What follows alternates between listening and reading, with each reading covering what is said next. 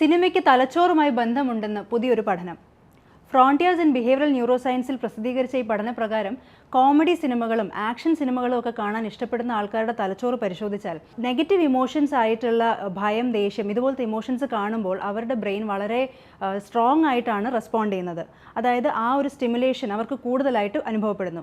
എന്നാൽ ഇനി ത്രില്ലറുകളും crime ത്രില്ലേഴ്സും documentary ഒക്കെ കാണാൻ ഇഷ്ടപ്പെടുന്ന ആൾക്കാരുടെ തലച്ചോറ് നോക്കുകയാണെങ്കിൽ ഈ ഒരു നെഗറ്റീവ് ഇമോഷൻസിനോടുള്ള റെസ്പോൺസ്, ബ്രെയിനിൻ്റെ റെസ്പോൺസ് കുറച്ചുകൂടെ വീക്കായിരിക്കും.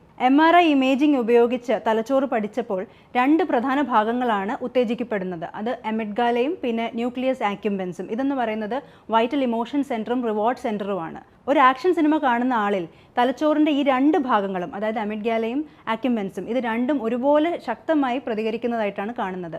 ആ ഒരു പ്രതികരണം അല്ലെങ്കിൽ ആ ഒരു ഉത്തേജനമാണ് അവർക്ക് ഈ സിനിമയോട് കൂടുതൽ ഇഷ്ടം തോന്നാനുള്ള കാരണം തന്നെ. ഇതിൽ നിന്നും മനസ്സിലാക്കേണ്ട കാര്യം എന്ന് വെച്ചാൽ ആളുകൾ അവരുടെ തലച്ചോറിനെ ഏറ്റവും നന്നായി ഉത്തേജിപ്പിക്കുന്ന സിനിമകളെ ആയിരിക്കും കൂടുതൽ ഇഷ്ടപ്പെടുക എന്നുള്ളതാണ്.